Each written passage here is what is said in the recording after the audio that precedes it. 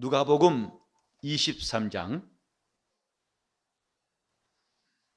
13절부터 25절까지 한 절씩 교독하시겠습니다. 빌라도가 대제사장들과 관원들과 백성들을 불러 모으고 이르되 너희가 이 사람을 백성을 미혹하는 자라 하여 내게 끌어왔도다. 보라, 내가 너희 앞에서 사실하였으되 너희의 고소한 일에 대하여 이 사람에게서 죄를 찾지 못하였고 헤롯이 또한 그렇게 하여 저를 우리에게 도로 보내었도다. 보라, 저의 행한 것은 죽일 일이 없느니라. 그러므로 때려서 놓겠노라. 무리가 일제히 소리질러 가로되 이 사람을 없이하고 바라바를 우리에게 놓아주소서 하니 이 바라바는 성중에서 일어난 밀란과 살인을 인하여 옥에 갇힌 자로라. 빌라도는 예수를 놓고자 하여 다시 저희에게 말하되 저희는 소리질러 가로되 저는 십자가에 못 박게 하소서, 십자가에 못 박게 하소서 하느니라. 빌라도가 세 번째 말하되 이 사람이 무슨 악한 일을 하였느냐? 나는 그 죽일 죄를 찾지 못하였나니 때려서 놓으리라 한데 저희가 근성으로 저촉하여 못 박기를 구하니 저희의 소리가 아닙니다. 이에 빌라도가 저희의 구하는 대로 하기를 언도하고 저희의 구하는 자 곧 밀란과 살인을 인하여 옥에 갇힌 자를 놓고 예수를 넘겨주어 저희 뜻대로 하게 하니라. 예수께서 어떻게 이 세상에서 사셨는가? 그가 무슨 말씀을 하시고 어떤 경험하셨는가? 우리가 살필수록 우리 영혼에 유익이 있고 우리 신앙에 큰 도움이 된다는 것.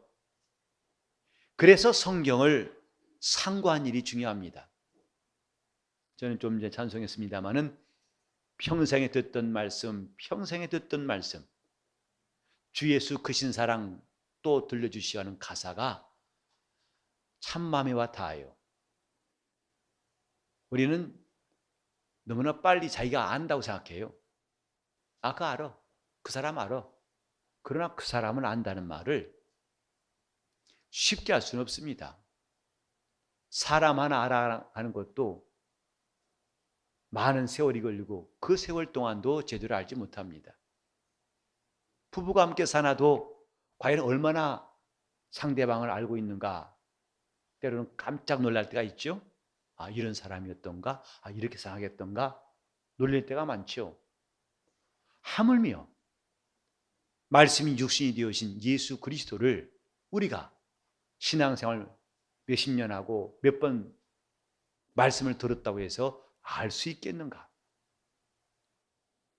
우리는 마음을 내어놓고 주님 말씀을 듣고 깨닫고 그 말씀이 우리 속에 들어오기를 사모하는 것 매우 중요한 심령입니다. 그 성경에도 마음이 가난한 자, 심령이 가난한 자는 복이 있나니 곧 그분이 그만큼 필요한 사람이 복이 있다는 것입니다. 그분의 도우심을, 그분의 은혜를 사모하고 그분을 간절히 절실한 마음으로 필요로 한 사람, 그 사람이 복이 있나니. 왜? 그는 마침내 천국을 얻을 것이다, 이 말입니다.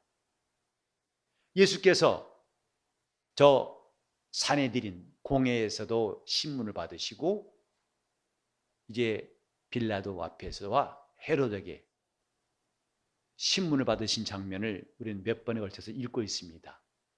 왜 이런 절차가 필요했을까? 성경이 말씀하고 있는 바는 예수께서 죄 없는 분이라는 사실이에요. 그래서 공회에서도 예수의 죄를 찾지 못했고 또 사내들인에서도 뿐만 아니라 빌라도나 헤롯도 죄를 찾지 못했다고 성경은 말합니다. 다시 말해서 예수는 누가 보아도 죄인이 아니라는 사실을 강조하려는 것이 이 성경이에요. 혹시 몰라, 자세히 보면 죄 있을지 몰라, 뭔가 의혹이 남은 그런 상태로 우리가 그리스도를 주라 하는 것이 아니라 아무리 보고 보아도, 누가 보아도, 언제 보아도, 어디서 보아도 그는 죄를 찾을 수 없는 분이라는 것, 이것을 성경은 말하고 있다 이 말이죠. 신앙은 이걸 그대로 이를 시인하는 거예요. 맞습니다. 주님은 아무리 보아도 죄가 없는 분입니다.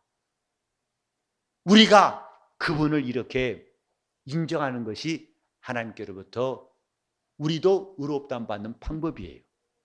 주님, 나는 아무리 봐도 예수는 죄 없는 분이라는 것을 고백할 수밖에 없습니다.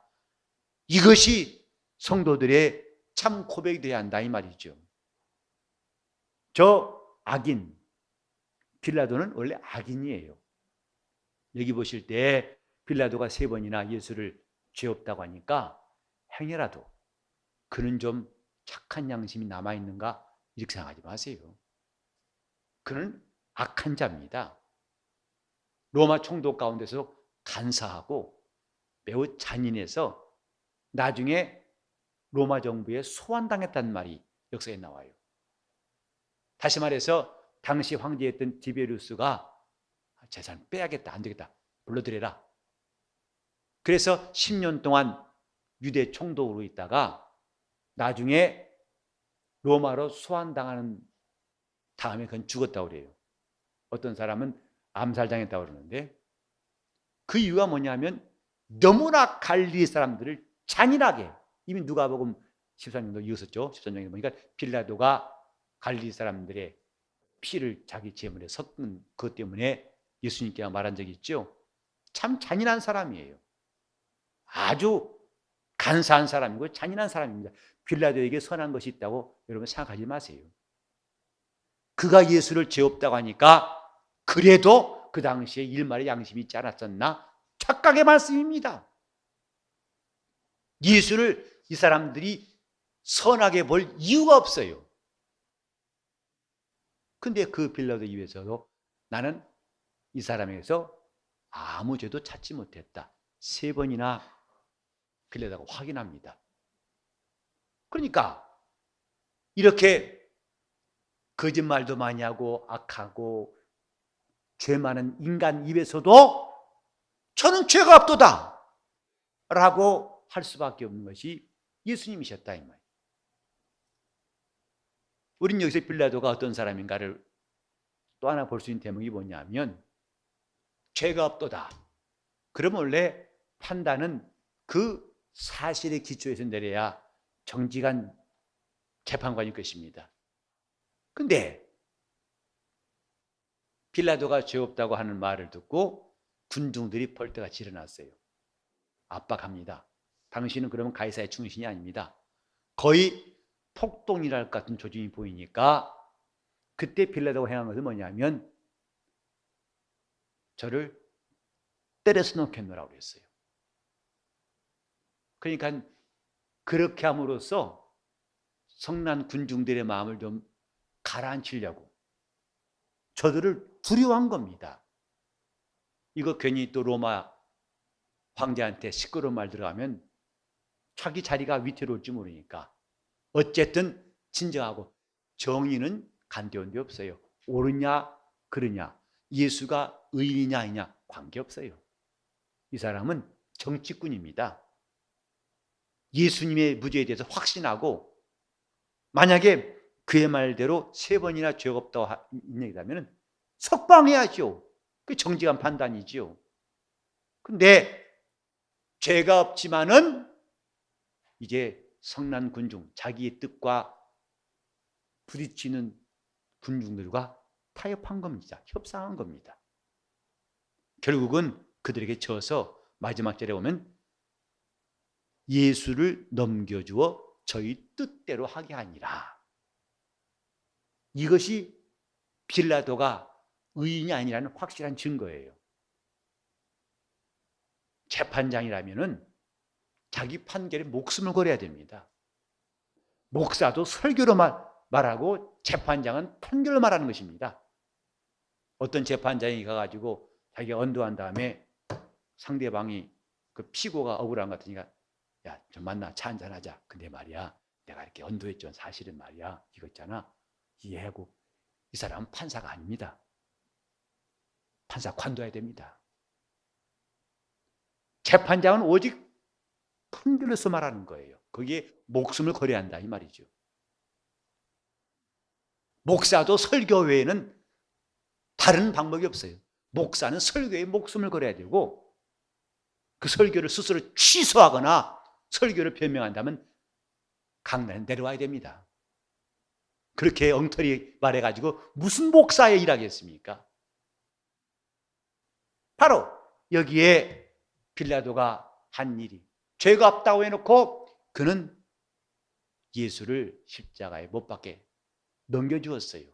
이것이 불의하다는 증거예요. 빌라도 그는 결코 의인이 아닙니다. 악인이에요. 그는 일말의 양심이 있다고 착각하지 마세요. 곧 예수가 십자가에 못 박히도록 내어준 것은 빌라도지만 그 빌라도를 압박한 것은 군중들이었고 그 불의한 자들이 합심해서 자기의 힘으로 몰아붙여가지고 결국은 예수께서는 십자가에 못 박히셨어요. 우리는 이런 일을 보면서 뭘 깨달아야 할까? 여기 보면 빌라도가 예수를 심판하고 있는데요. 기가 막힌 일이죠. 악인이 의인을 심판하고 있어요. 악인이 의인을 심판하고 있는 이 현실. 그게 가능하겠습니까? 우리는 물론 좀 전에도 읽었습니다만 공회에서 대제사장이 예수를 신문한 장면, 내가 그리스도냐 물으면서 예수를 신문한 데 나옵니다. 참 기가 막힌 장면 그것도 있지 않습니까?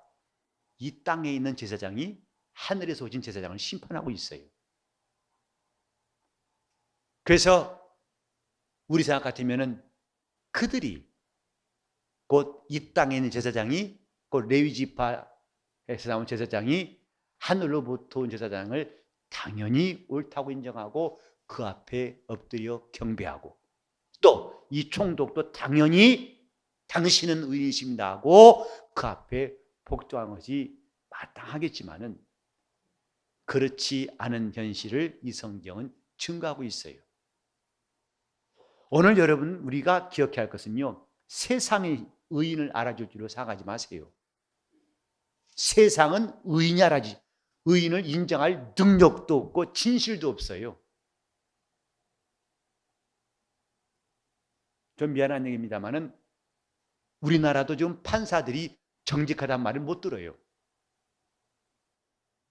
혹시 친척 가운데 판사들 있는 분들한테는 미안합니다만은 적어도 법과 양심에 따라서 재판해야 한다고 하는 그 원칙을 저버리고 정권의 입맛대로 자기 양심을 팔아가면서 판결한 사람이 우리나라에 적지 않습니다. 그래서 저 이미 수십 년 지난 다음에 그 당시에 정치 재판해가지고 사형당한 사람들이 최근에 와가지고 그 죄가 벗겨졌어요. 무죄가 판명났어요. 세상은 의인을 알아주지 않습니다. 그러니까 성도들이 기억할 것은 이 세상에서 인정받으려는 계획을 포기하라는 거예요. 우리는 이 다음에 주님이 알아주신다는 그것 때문에 소망 가져야 됩니다. 그 이전에는 누구도 행여라도 희망 가지지 마세요. 그럼 내가 이렇게 했는데 나를 몰라주십니까? 아니 세상에 이럴 수 있습니까? 그 세상에 이럴 수가의 절정은 주님이 경험하셨어요. 하늘로부터 온 참 대제사장이 이 땅의 그림자로 있던 제사장 앞에서 심문받고 악인이 의인을 심판하는 기가 막힌 일들이 성경에 기록되어 있다는 것이 우리에게 뭘 말하는가? 하나님 나라는 이 땅에 있는 것이 아니라고 주님 말씀하셨어요. 이 땅에는 공의가 없습니다. 정의를 말하기가 심히 어렵습니다. 예수께서도 빌라도 앞에서 내 나라는 여기는 것이 아니다 하고 2번이나 거듭 말씀하셨어요. 내 나라는 여기 있지 않다. 세상에서 이렇게 재판장도 판결을 굽게 하고 죄인을 의인 만들고 의인을 악인 만들 수 있습니다만은, 그러나 그 나라에서는 그런 일이 일어나지 않을 겁니다. 반드시 심판받을 사람은 주님이 지옥으로 가게 만드실 것이고, 의로운 자는 그분이 반드시 그날의 영광을 베푸실 것. 이것이 성도들이 참고 있는 이유, 인내하는 이유입니다. 세상은 의의가 없어요. 저 주님의 제자 가운데에서 한 사람, 유다는 예수를 팔았지요. 그러나 나중에 그는 돌이켜서 내가 무지한 피를 팔았다고 공회에 가가지고 받은 돈을 다 반납했어요. 유다는 그렇게 해서라도 예수님이 무지하신 것을 주장했던 사람이에요. 그러나 하나님은 유다가 한 일을 인정치 않으셨어요. 즉 효과가 없게 하셨다 이 말이죠. 헛수고하게 하셨다 이 말이죠. 결국 유다는 양심에 가책받아 가지고 목매어 죽었습니다. 무슨 뜻이냐? 하나님은 사람에게 증거받지 않으신다. 예수 말씀하셨죠. 난 사람에게 증거받는 것이 아니다. 나를 증거하실 이는 내 아버지시다 하고 말씀하셨어요. 그래서 예수는 자기 몸을 사람들에게 의탁지 아니하셨다. 요한복음 2장에도 주님을 따르던 사람들이 있었지만은 예수는 자기 몸을 그들에게 의탁지 아니하신 것은 그가 친히 사람의 마음을 아심이라, 그 마음이 어떤지를 아시기 때문이라 했어요. 여기서 우리가 정신을 차리고 신앙생활해야 됩니다. 심지어는 교회 안에서도 얼마든지 엉뚱한 소리 나올 수 있어요. 자기들이 의인인 것 마냥 행세했다가 나중에 그것이 드러난 날 아주 불쌍한 일이 생기기도 합니다. 교회는 민주주의라고 할 수는 없습니다. 다수결로 정한다는 것은 사업상 우리가 어떤 일을 할 때에 이 일을 할 건가 말 건가, 또 그건 정할 수 있어요. 그러나 다수결의 원칙이 교회의 원칙은 아니에요. 그것은 전혀 성경적이지 않습니다. 모든 사람들은 다 예수를 정죄했으나 하나님은 예수를 의롭다 하셨어요. 교회는 예수 그리스도의 뜻이, 그의 말씀이 충만한 것이에요. 그래서 만물을 충만케 하신 자의 충만이 교회라고 그랬어요. 세상의 풍조와 방법과 지식과 이론이 틈탈 것이 없는 것이 주님의 교회입니다. 그런데 요즘의 교회는 서서히 세상의 방식이 들어오고 있어요. 그 중에 하나가 민주주의라는 것입니다. 다수결의 원칙이다. 목사님, 결정해서 따르세요. 저는 물론 우리 일하시는 분들한테 일을 맡길 때는 그들을 존중하겠다는 뜻이 분명히 있어요. 그걸 우선할 것입니다. 저는 웬만하면 커다란 문제 아니면 다 맡기고 싶어요. 이거 해보고 싶습니다. 하시지요. 이거 한번 해볼까요? 그렇게 해보세요. 좋습니다. 그러나 제가 정말 아니다 싶을 때는 저는 막을 겁니다. 그때 가서 왜 지금 막으십니까? 나를 미워하십니까? 그런 판단은 옳지 않습니다. 다수결의 원칙이 교회를 지배한다면 더 이상 예수의 몸은 아니라 생각해요. 다시 말합니다. 무슨 행사라든지 사업의 안건을 결정할 때는 그럴 수 있어요. 의견을 모으기 위해서. 그러나 그것이 확장돼 가지고 교회의 모든 원칙은 다수결이다. 이건 사단적입니다. 이건 사단적인 것입니다. 영적 생활은 하나님의 뜻. 그래서 성경은 우리 기독교인, 우리 개인의 신앙뿐만 아니라 교회의 최고의 권위라고 기독교인은 인정하고 고백합니다. 성경이 권위, 다수결의 힘이 권위가 아니라 성경이 유일한 권위라고 우리는 믿는 사람들이에요. 이때도 지금 주님이 유죄 판결 받는데 다수결이었어요. 심지어는 총독마저도 그 위세에 밀려가지고 그래 알아서 해라 하고 다수결의 힘. 그 결론이 다수결이 정한 게 뭐냐면 바라바란 강도는 내어놓고 석방하고 의인이신 예수를 죽이자. 이게 내용이었어요. 이런 황당한 일도 다수결 때문이라는 것 때문에 그것이 정해졌고 예수는 마침내 십자가에 피 흘리셨어요. 여러분, 우리는 정신을 바짝 차리고 내가 어느새 이 잘못된 무리 속에 끼어가지고 내 목소리를 높이는 일이 없도록 우리는 성경 말씀을 깊이 상고할 수 있는 신앙인의 자세가 필요한 겁니다.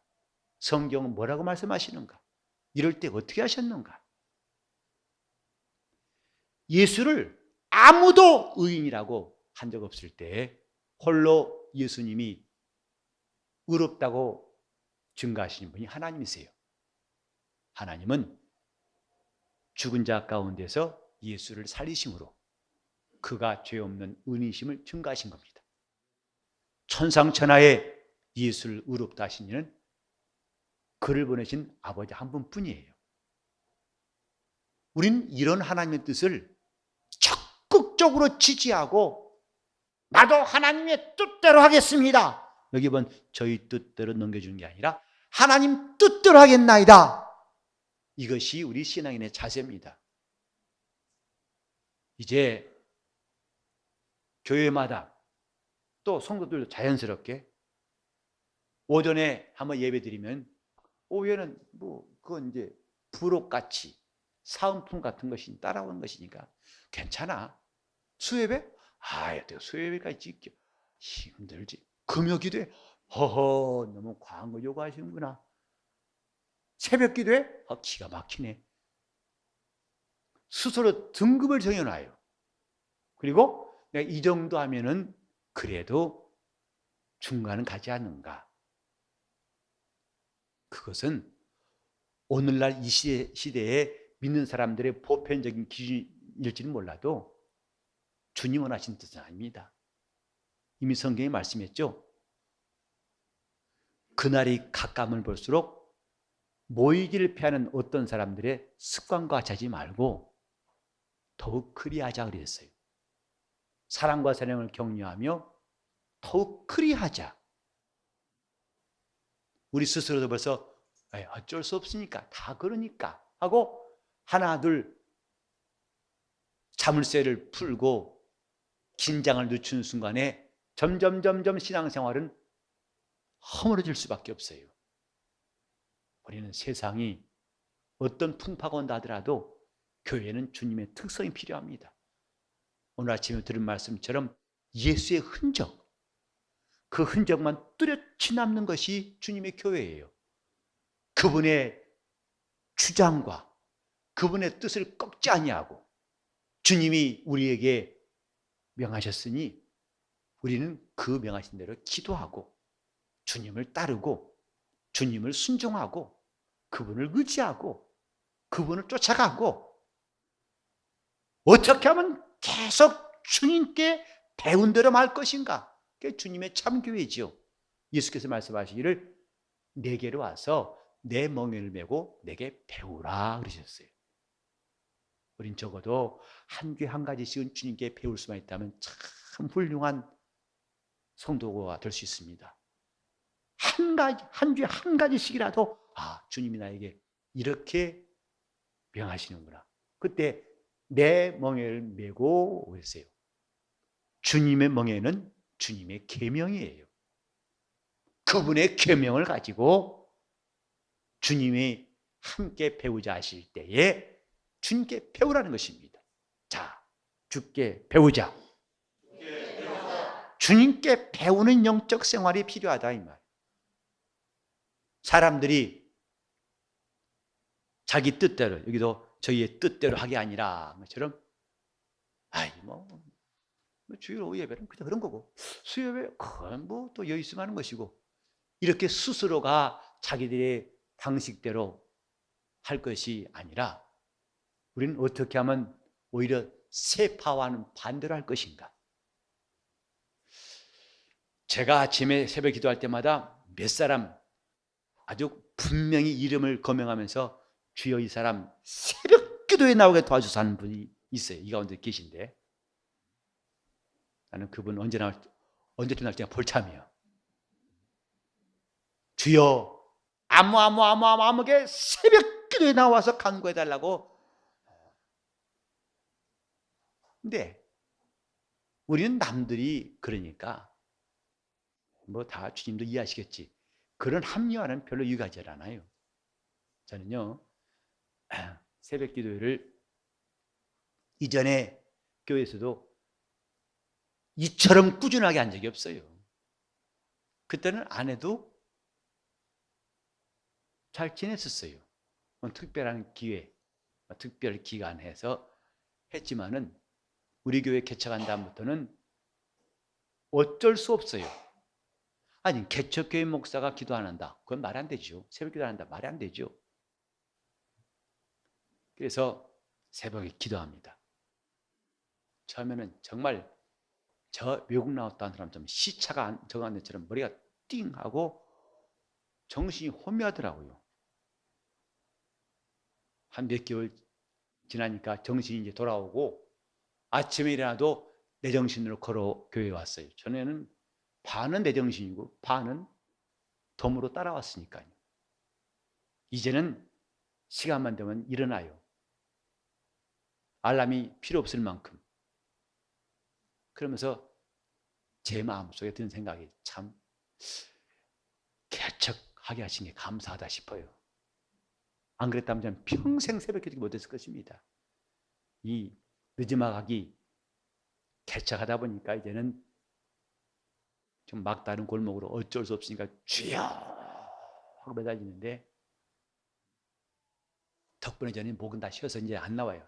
노래 잘 부르고 싶어도 이제는 테너가 옛말이에요. 저도 한때는 테너였습니다. 지금은 테너랄 말이 안 나와요. 이게 언제나 목이 잠긴 것은 일상이 되었어요.